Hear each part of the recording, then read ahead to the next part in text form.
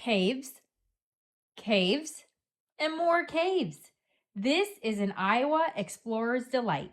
Choose your journey from a large cave with a sidewalk in it to an hour-long underground expedition and everything in between. This state park has your next adventure waiting.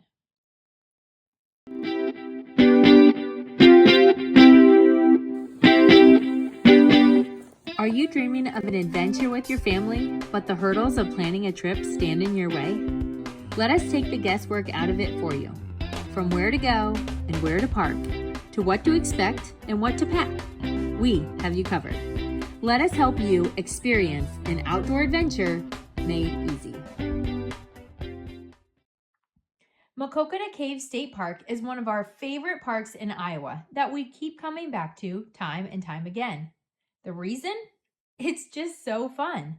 This is one state park that the prep work will really help enhance your experience.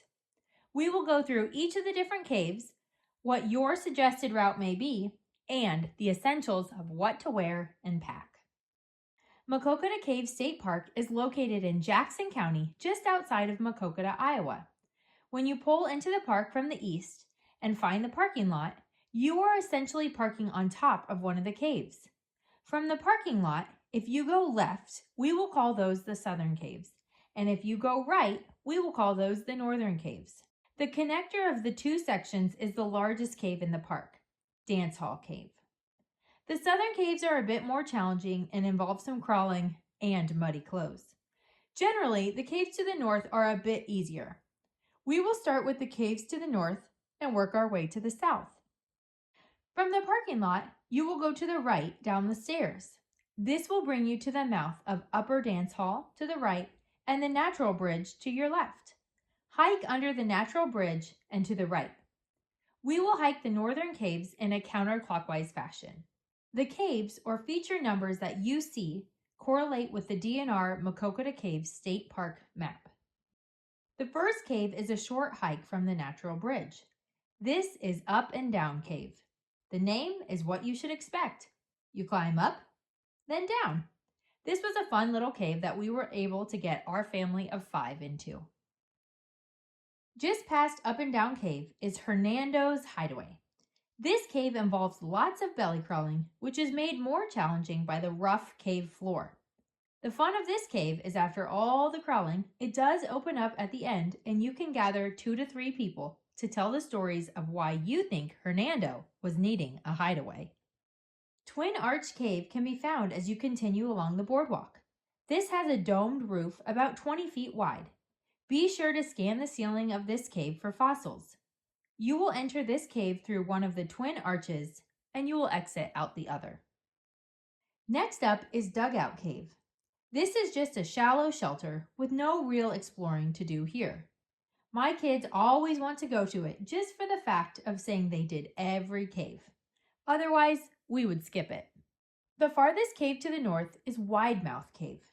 This is a 5-minute hike from Dugout Cave, but it is a fun one, especially for the younger Spelunker. This cave opens to a cavern, then goes back and to the left. At one time, before souvenir hunters raided this cave, it was filled with pure white cave formations. Sadly, now it is just a shell of what it once was. If you have kiddos with little legs that are getting tired, Dugout Cave and Wide Mouth Cave would be 2 that might be worth skipping, simply for the distance you have to hike to get to Wide Mouth Cave.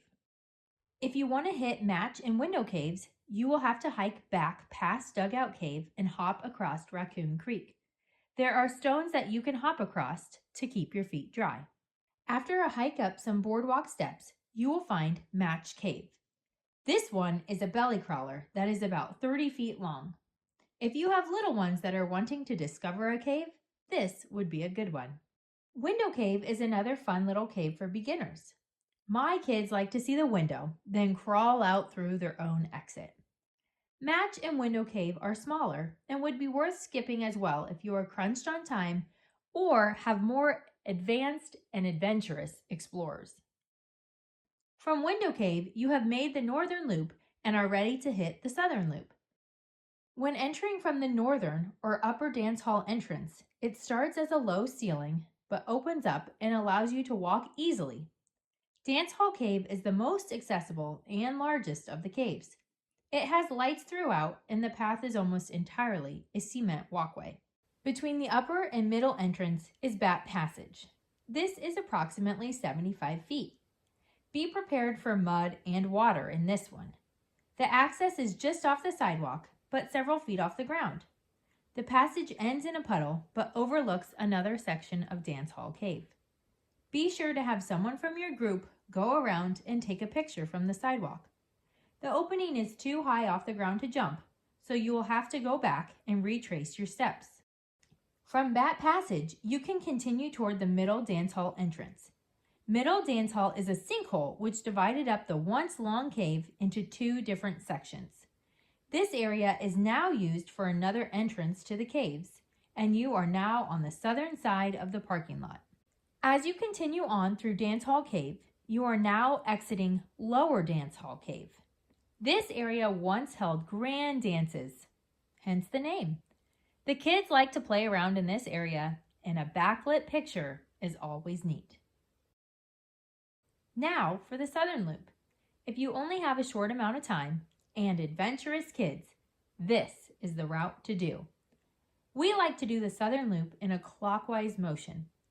We start with Rainy Day Cave. Rainy Day Cave opens to a large cavern.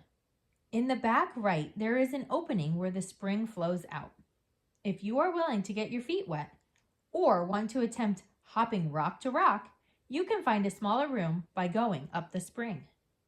As you continue to the south, after a few minutes, you will pass through Fat Man's Misery, a mechanical cave not on the main park map. Mechanical caves are formed by sliding or tearing of rocks, unlike other caves in the park, which were formed by acidic water dissolving passages through the cracks in the limestone over many centuries. After a 5-minute hike, you will reach Ice Cave. If this 2-room cave feels cooler to you than the other caves, you aren't losing your mind. This opens up to a large dome-shaped room with a short passage to the left. This is a fun spot to have your crew climb into, shut off the lights, and tell a story. The natural benches in this room make it a comfortable spot. If you want to find the next cave, you'll have to cross Raccoon Creek. The next cave on the tour is Shinbone Cave. This one is a bit of a hike to get to and may not be worth it if you don't plan on a tight squeeze or two. This is a narrow cave with the mouth at the base of the boardwalk. It begins with a crawl, then turns to the left with a tight squeeze I opted out of. Next up, as we head back north, is Barbell Cave. This small cave is one of my favorites. It is a bit of a climb to get there. We needed a little teamwork to boost ourselves into the mouth of the cave, which is just a few feet off the ground, but on a ledge. Just make sure the last person can pull themselves in. Going in takes some crawling, but it opens up to a larger room where you can sit up. To the right is a narrow opening we like to crawl through. This portion is narrow enough that sometimes we take our helmets off as we go through. Once through, it opens to a surprisingly spacious second room. As you hike back to Lower Dancehall, you will pass Balanced Rock. This 17-ton boulder rests on the edge of the limestone and is another neat feature in the park. Now, the top 2 caves or passages remain. My absolute favorite part of Maquoketa Caves State Park is Steel Gate Passage. Steel Gate Passage is easy to hike right past.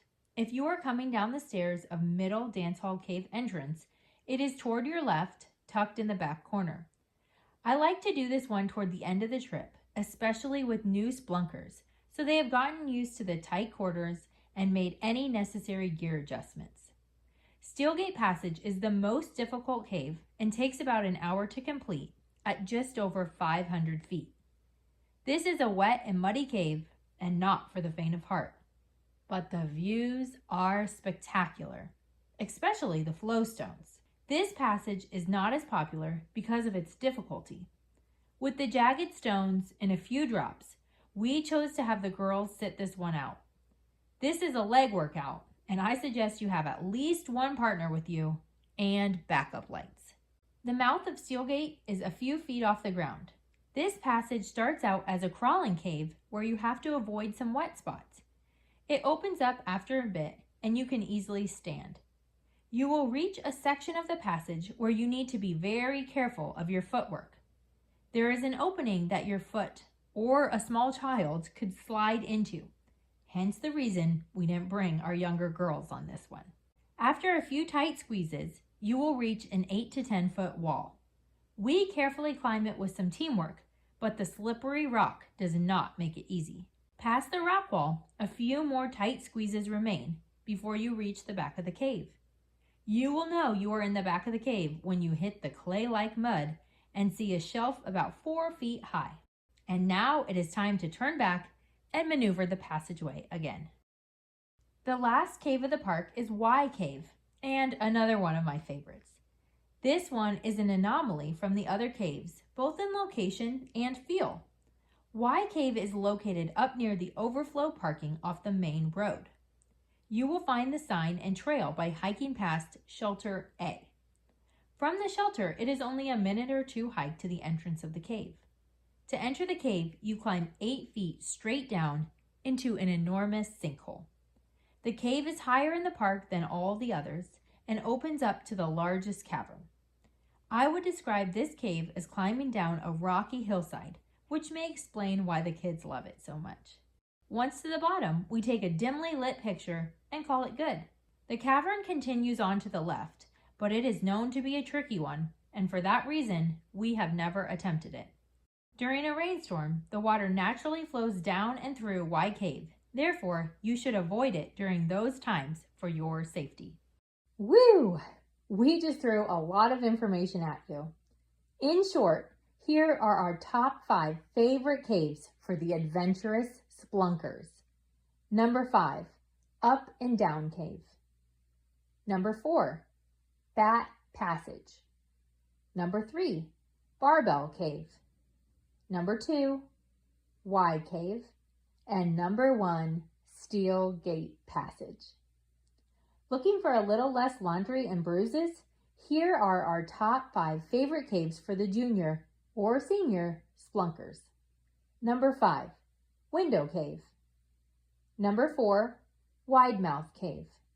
Number 3, Ice Cave. Number 2, Rainy Day Cave. And number 1, Dancehall Cave. Things to know before you go. Number 1, you are entering a fragile environment. If you should happen to touch a growing formation with your hands, the oils present on the cleanest of fingers will stick to the formation. These oils not only discolor it, but also halt its growth.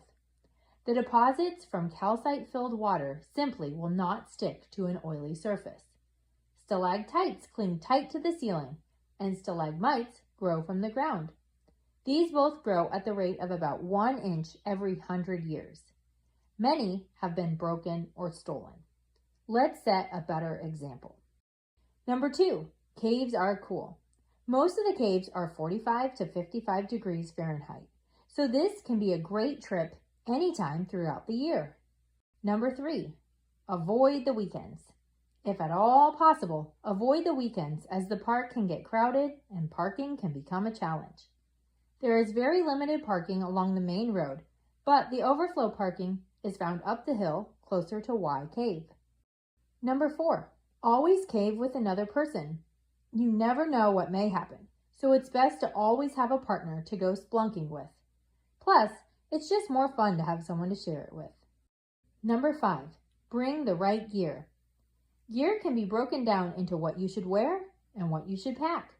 When we explore the caves, we like to hit every nook and cranny, not worrying about how muddy we get. If you're like us, I suggest wearing old clothes that you don't mind if they get stained. We wear boots or tennis shoes, long pants, and long shirts. Helmets are another essential in my opinion. We just bring along our bike helmets and either strap on a headlamp or duct tape a flashlight on. I like to bring a small bag or fanny pack for a first aid kit, water, snacks, extra flashlights, and a park map. Ready for us in the car when we get back is a change of clothes and a plastic bag to put all of our muddy stuff in. Number 6, you are the guide. One of my favorite parts about exploring Maquoketa Caves State Park is that you get to be your own guide. You can challenge yourself on your level and choose the caves that best fit with your group. We also love the fact that these amazing caves are free thanks to the Iowa Department of Natural Resources. This wraps up what you need to know before hitting Maquoketa Caves State Park. Tight squeezes, big caverns, beautiful views, cold water, narrow passages sure make for wonderful memories. Maquoketa Caves State Park is the perfect backdrop for your next adventure. I hope you enjoy this beautiful area as much as we do. Looking for other adventures around the Midwest? Be sure to follow us at Outdoor Adventures Made Easy on YouTube, Facebook, and Instagram.